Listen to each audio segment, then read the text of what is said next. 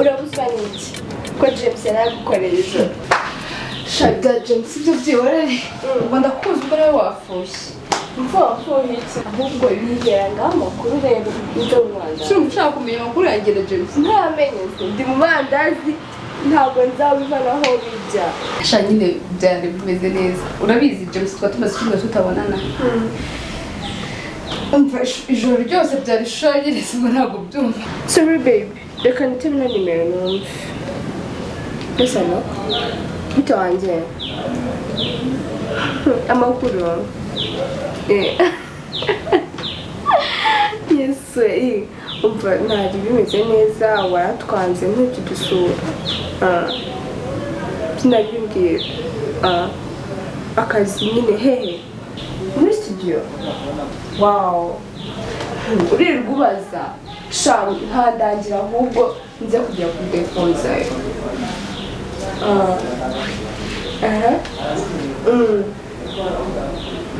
okay sawa merci ugiye kudepoza he mbonye akazi muri studio sure nuko tubiserebye comme ça ufite amakonegisiyo shawe babari nukwihimba naho tuzajya ryari tutipanga no kuzagenda wambaye ugende n'ikonote nzambara iki sashaka n'inkintu nawe wambara kugaragaza n'icyo kiburo cya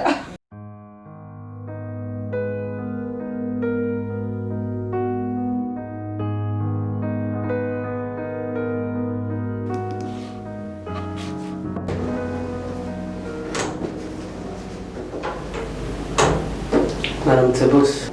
Ibura bite byawe? Ni byiza. Biragenda? Biragenda. Boss ntangiye dokima rero. Cara. Cyane cyumweru cyashize. Ese nacisha amaso turebe.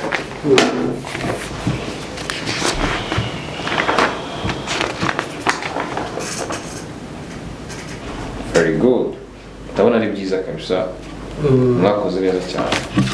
Ariko harimo n'imyenda dufite banke tugomba kwishyura. Hari imyenda nandi kwibona.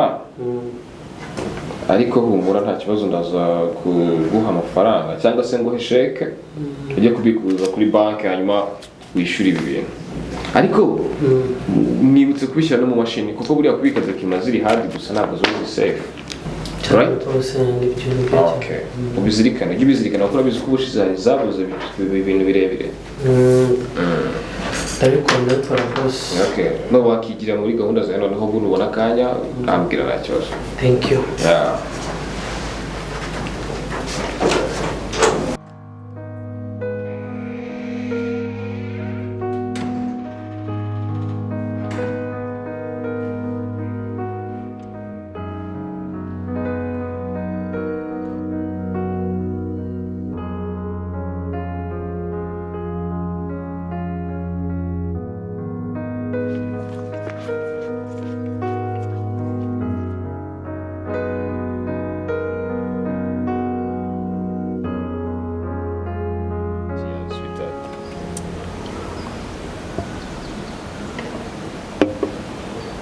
Ya rero ibyo ndagiga nkubwira ahantu ndakunda cyane noneho cyane nka twatembereye n'abakozi n'ahantu heza hafite space nini n'ahantu abantu buri ararwe n'ibibuga bya basket ni ukuvuga ngo musanzwe muhaza cyane yeah of course no dukora amasiporo you know yeah nyenzi ko ari ubwa mbere nanjye niko nyagera nkumva ko nyine nawe ari ubwa mbere no ni mpamvu nyine nakuzanye kugira nawe habone ninjya nkuga uko ngiye muri siporo mu bintu by'akazi ujya umenya ko ari naje ahubwo bagire bakuzanira inkoko yawe wirire wumva nitandukaniye ni nkoko manzi ajya dutekera ateka inkoko ukagira ngo oya manzi ateka neza gusa ntabwo inkoko yo mu rugo yahura n'iyo muri hoteli kubera iki rero kuko ibintu byose biba bihari ariko ntabwo byahura nyine mu rugo ni mu rugo hano naho ni hano iryoha tukeza ko ishobora kuba ari iyihe imboga zose ziraryoha ariko kubera ko iyo muri hoteli mba ntayiheruka n'iryoha ariko ibaze ko udaheruka ikintu cyo muri hoteli ufite abonema ahantu ko next time tuzagaruka urumva tuzane twatuntu two ku mazi ariko twita ngo ni bikini okay ugiyemo woge ugereka ariko utuntu uzi tw'udusirimu ntatuzi ariko shaka nawe ukazajya ubeshya wese ntabwo urabibona twebwe hano tuba twarakuriye rero ibintu by'amakuru rwose sinkuriye oya ndavuga kumbona njyewe ndimo ndumva ntabwo urambona reka mbabwizwe ku Imana no kuva muri fiançailles duteretana twarasohoka ariko ntabwo nagize nkubona woga sindakubona woga none reka wanatuma n'ubu ngubu kuko njyamo nkoga kandi ntari nabipanga ukajya kogana amashati oya bikini kubibona se bigoye sure yego ko mwananjye ariko nyine byadusaba ko tuba dufite umwanya uhagije ariko uzantungwe ubikora atari njye ubikubwiye of course ikikubona mbona ukoze twa prolonge twa prolonge nta kibazo ubwo kuba buhari gusa rero narinzanye dokima y'ibikoresho dukeneye nkizanye ngo nyigushyikirize ntawe n'umagaye ngo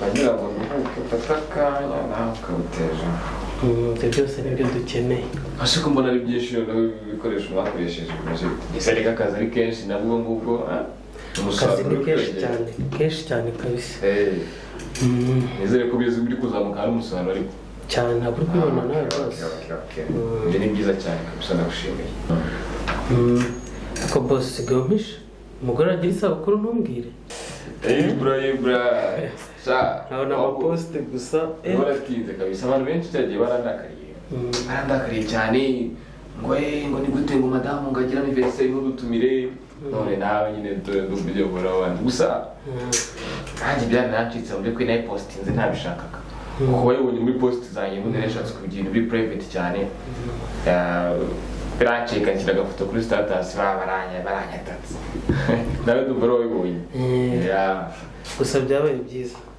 byabaye byiza impamvu nigeze ntumira abantu benshi rero urabona madamu wanjye ntabwo ngira igihe kinini ndi kumwe nabo rero ku isabukuru ye naravuze nti uyu mudamu reka nkore akantu byibuze impano ndi bumugenere ariyo kuba ndi kumwe nawe mbe ndi kumwe nawe umunsi wose mushimishe muhereze impano ndaboneka afite umugabo umuzirikana ubwo akazi kaba ari kenshi ariko mukunda niyo mpamvu nigeze nshaka ngo bibe akavuyo urumva yajemo akavuyo abantu benshi mujya mu biganiro ugasanga birangiriye aho ngaho gusa nzagira igihe niba nabyita kwiregera nabyita kwiregera simbizi mbatumire muze dusangire mu rugo ntacyo cyane kabisa ntacyo bitwaye ari nagize mu bukene avuga ati ntihari no kutubwira buri wese akaza yizaniye impamba ye ariko basi tukaza mu birori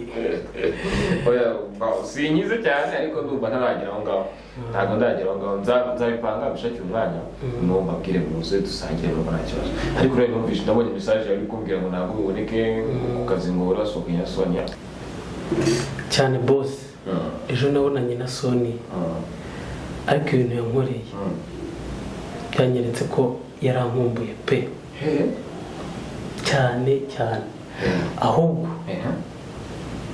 nyuma y'igihe runaka nzajya kumureba kuko ibintu yankoreye byarandenze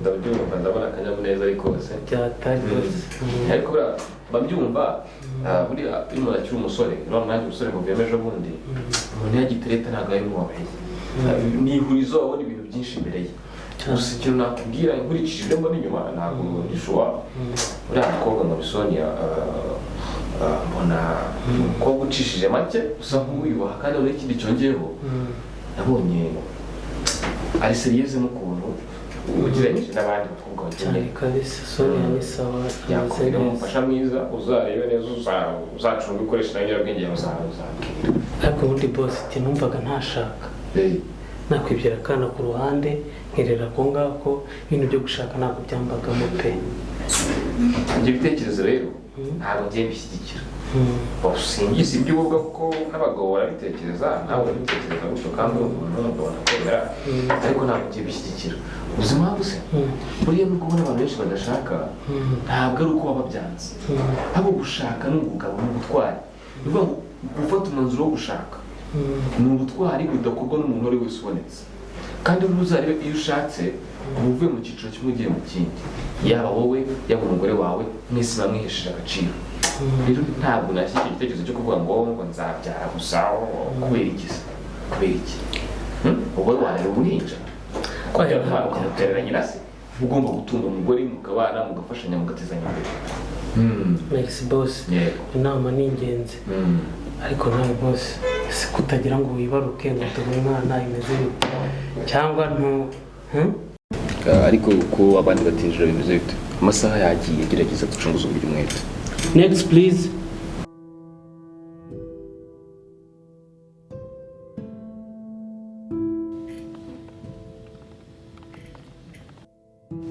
Mwaramutse.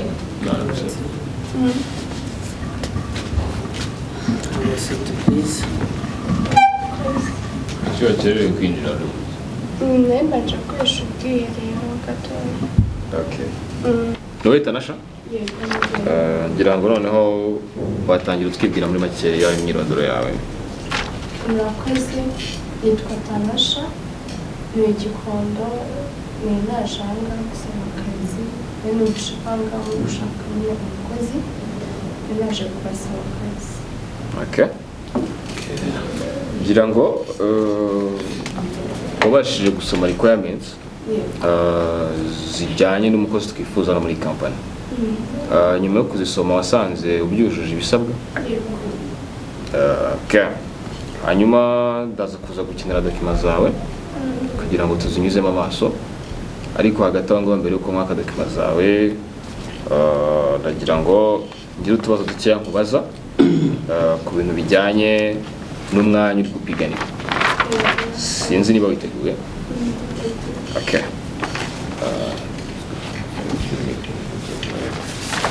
Okay. Tanasha? Yifuza kubaza innovation cyangwa agashya wabuzanye mu kazi ku buryo ubona ko kazagira icyo kamarira iyi company n'akahe? Murakoze, innovation ntabwo niko nzajya nkorera ku masaha, ngatanga document zanjye ku gihe.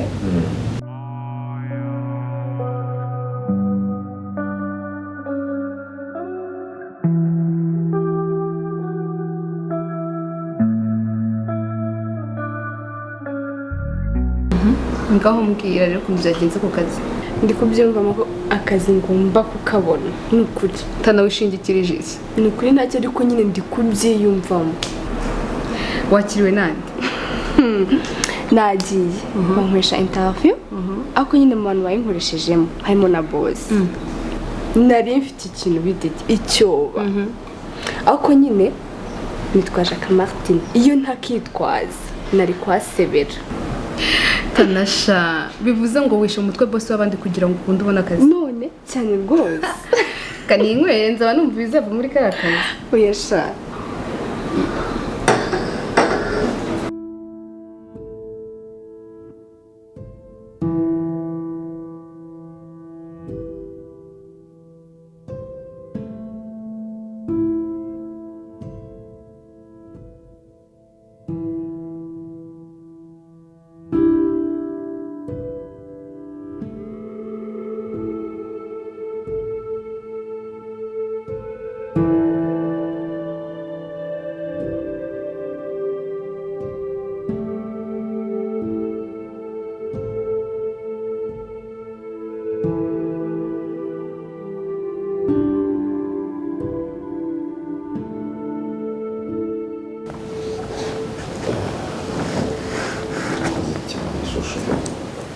nta kibazo sheri kuko itorega niryo nshinzwe banabyemeye umunsi mbike impeta. Okay, nanjye nacyo shinja Imana yampaye umugore mwiza witonda, umwana mwiza ufite imico myiza, tumva ndimwe mu bagabo banezerewe no kuri kw'Imana. Sheri nawe watuma umuntu asinda ibyishimo. Aha, ibyo tubereka by'imitoma da, ahubwo nyibwirira kazi bimeze gute, umukozi mwashakaga mwamubonye? Ku kazi ku kazi Sheri bigenze gute, ntabwo mwamubonye se? Paul it's okay. Ntabwo twamubuze completely, mu bo twakiriye hari uwo tukiri kwigaho, twabonye asa nk'uwagira imico myiza wabasha akazi, hagize ikintu kanakubwira. imico myiza? Mwabwiye n'iki se ko afite imico myiza? Ni umukobwa, ni umuhungu, bite?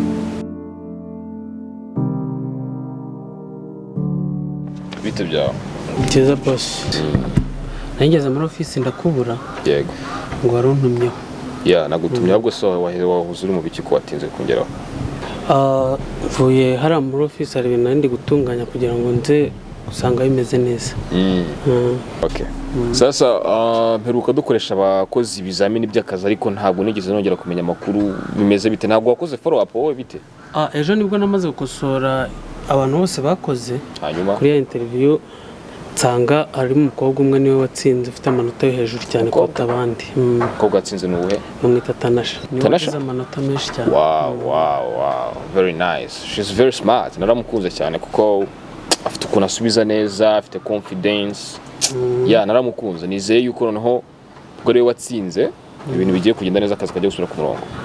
Ahubwo twagira vuba boss tukamuhamagara n'akazi kari gupfa muri iyi minsi rero twareba uburyo tumuhamagara vuba agatangira akazi. Why not? Niba rero watsinze nta mpamvu yo kumeza yicaye mu rugo ahubwo ukire vuba umuhamagare azatangira akazi nejo ndumva azagatangira nta kibazo gihari. Twemeze? Ndabikora boss. Genda noneho ufate n'amadokima yo kuri za gahunda wari wambwiye z'ejo uyanshyiriye muri office yandaje nyasinyeho nigeze kuri banki gatoya. Urakoze boss kandi nabikore byose. Yego. Sawa. Wibuka umuhamagare? Ndabikora. Sawa.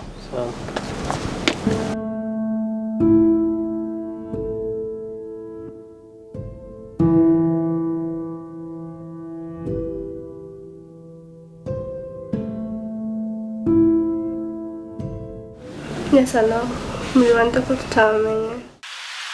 Uravugana na Ibra ukora muri ya kampani uherutse kudepoza. Nishimiye kubumva. Twashaka kubamenyesha rero ko mwatsinze muri benshi bahataniye ukaba waragize amanota menshi. Wow, ndishimye cyane. Rero nkuko twabibamenyesheje ejo mwatangira akazi mukagira akazi. Ni ukuri nditeguye kandi cyane. Murakoze cyane. Mwirirwe. Wow. Bana we?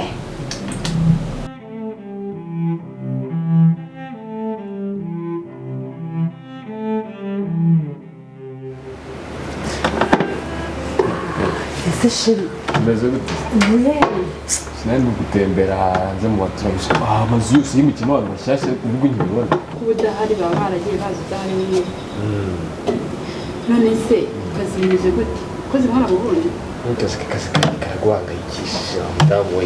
Yego ariko mbwira. Ibintu by'akazi se.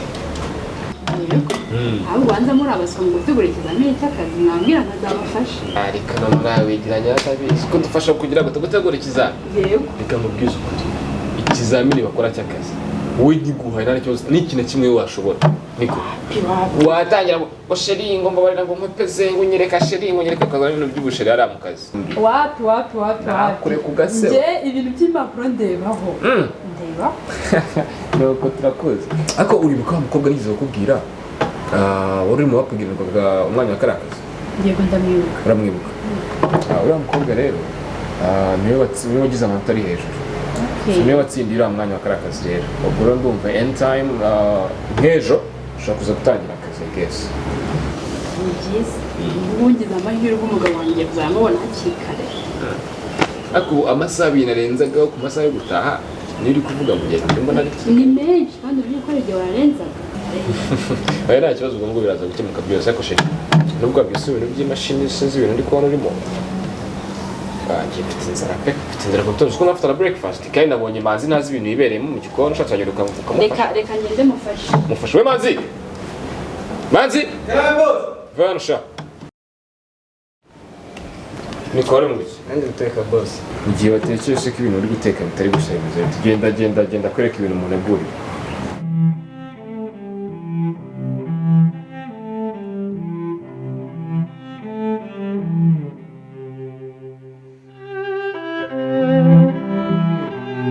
Ndagushimira cyane kubwitange umurava umwete ukorana kano kazi rwose uramfasha cyane muri kampani yanjye bituma mbona ko mpamufatiye runini kandi ndagushimira cyane sibyo boss ntabwo akwiye kunshimira pe ni ukuri kuko iyi kampani ibyo nkora nk'uwikorera usibye no kuba uri bosi wanjye uri inshuti yanjye mbese ibintu byose ntabwo ukwiye kubyishimira.